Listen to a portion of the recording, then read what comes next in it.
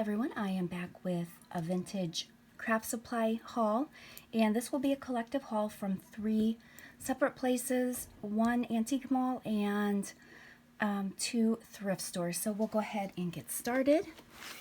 And of course I did not go out looking for these items. I was looking for something else, and as they always say, you find things when you're not looking for them. So let's go ahead and get started with the first thrift store that I went to. I found these, I guess they're considered doilies, but they have cross stitch. I think, is it cross stitch or embroidery? I'm not sure the difference. I should know. My grandmother did. I think this is called embroidery. So I got several. I thought they had a really pretty flower design on them. So when I get a stack of these,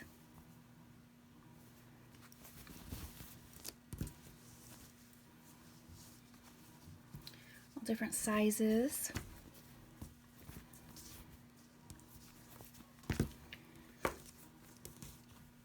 So I thought those were pretty. And at the same place, I also found these vintage coasters, and then 3 doilies to match. I found these iron-on patches, but what I liked about this is the packaging here.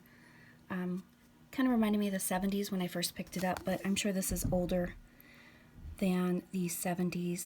I'm not seeing a date, but who knows, maybe it is the 70s, I'm not sure, but I just thought the packaging was really cool. Then I found this cinnamon scented, I guess it's for cuisine and crafts, and everyone loves cinnamon, right? This is 1994, not super old, but still I thought pages would look great in maybe a junk journal. And then I found some old magazines. This one really caught my eye. This is 1976. So I really like this magazine. And look at that.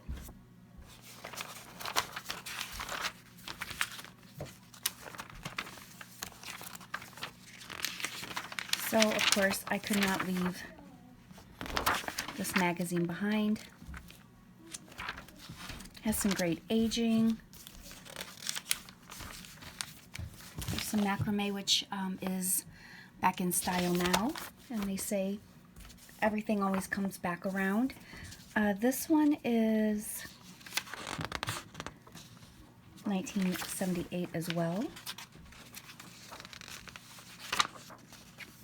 And again, it just has some really vivid images, vivid color.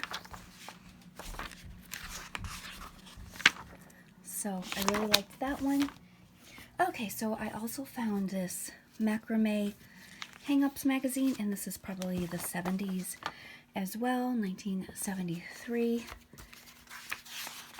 And it just has some really cool images.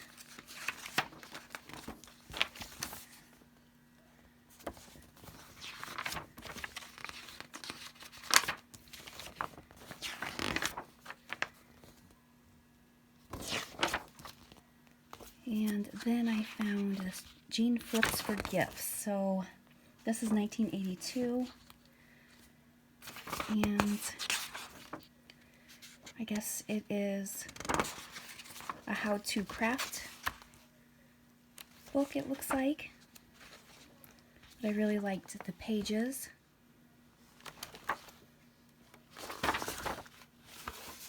Last one, I really liked this Crafts Encyclopedia. This one I have been contemplating. This one's 1973. I may just keep this one for myself. I like the content in it. So we'll see though. most of the stuff I purchase, I wind up destashing. I keep some of it, but then the majority I destash. So I'm not sure about this. Okay, so that was the first thrift store. And then the next thrift store I went to, I found some really neat stuff. This first thing that I found here is a little binder. And it is dated 74, I believe, if I'm doing my Roman numerals correct. So I just thought this was so cool. So I think it's making your do-it-yourself pattern cutting method. So I guess it tells you how you can make patterns, but the images are just really nice.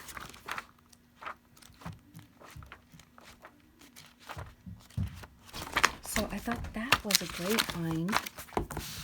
And then I found some more of these doily little booklets. I found a couple there before, and these may have been there when I found the others, and I just didn't dig deep enough. This time I took a few minutes to dig, and I'll probably start doing that more often because I found some really great stuff. I don't usually dig through the piles of magazines and books they have, but I might start because as I said, there was just some really cool stuff, and I thought this was really neat. Victorian patchwork patterns.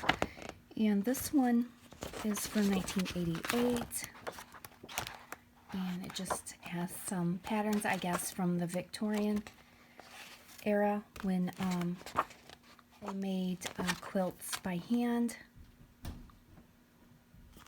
So that was really neat.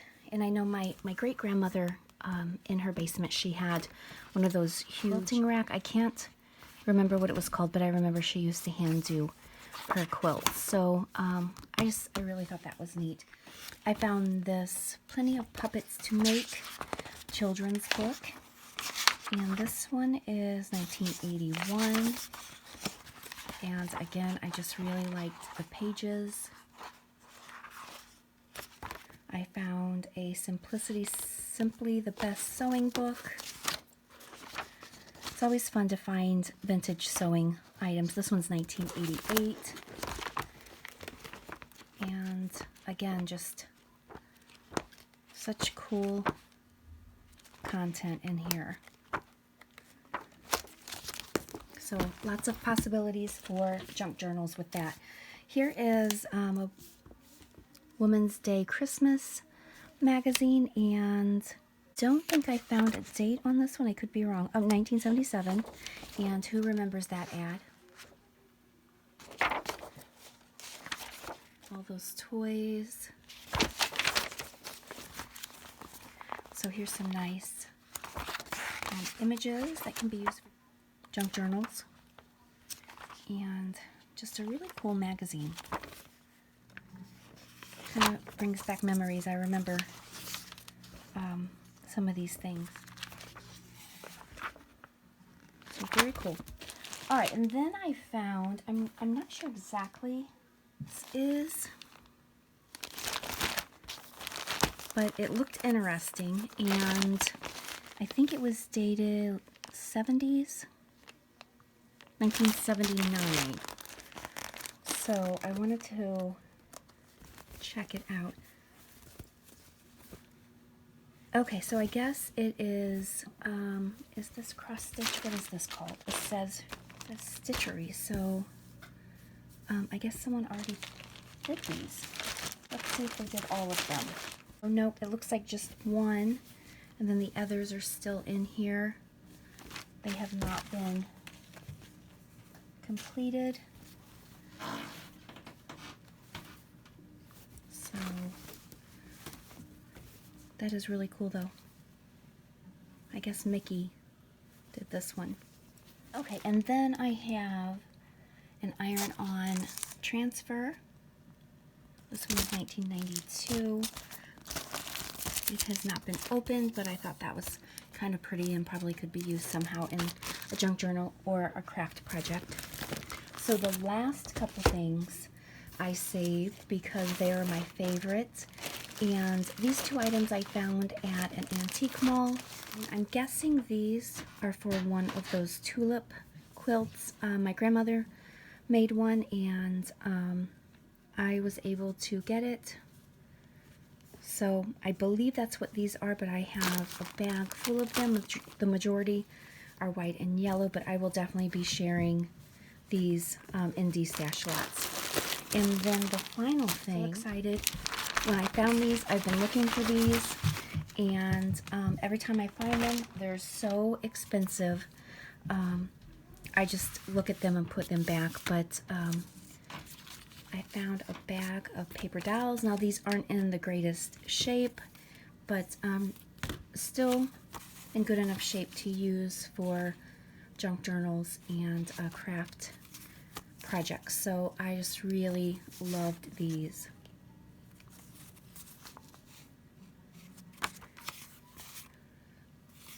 So just a huge stack of them. So how awesome would that look in a junk journal? Maybe like a fashion or shopping or sewing junk journal. So just all sorts. And I actually picked this baggie up one time when I went, and it was not on sale. So I put it back, and then when I went back, they were having a sale. So I couldn't pass it up.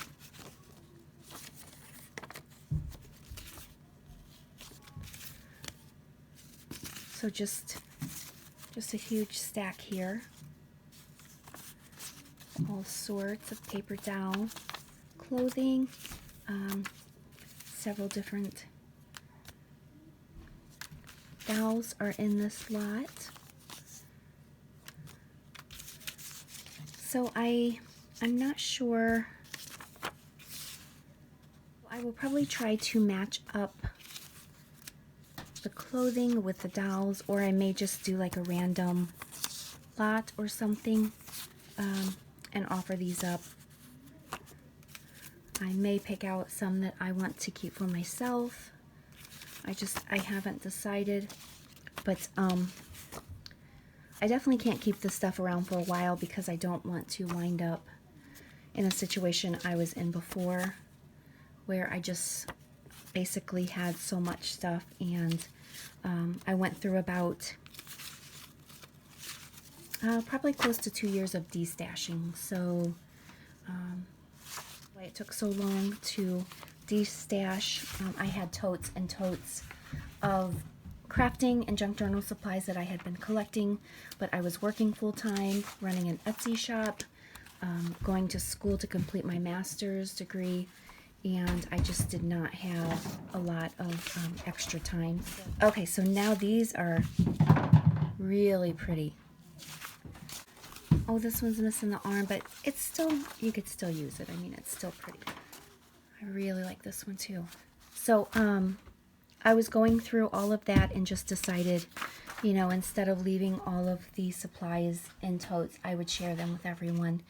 And now my life has kind of changed somewhat. I'm not working full-time. I have finished my master's degree program, and I have some other things going on, but I have a little bit more time to do some treasure hunting and going through the de-stashing. I really enjoyed putting the lots together and sharing them with everyone, so I have kind of just went with the flow, and it's something that I really enjoy. I enjoy finding, look at this, things like this, and sharing them. And I really try not to charge a lot. I really try to give fair prices. I usually only make a couple bucks, not a big deal, because I feel like I am rescuing these items and then someone else will get to have fun and use them. So hopefully I did not bore you with that ramble, but I thought I would just give you a little bit of background while I was showing you all of these cool paper dowels. So I think that's it. Stay tuned for some future destash live, and thank you so much for watching.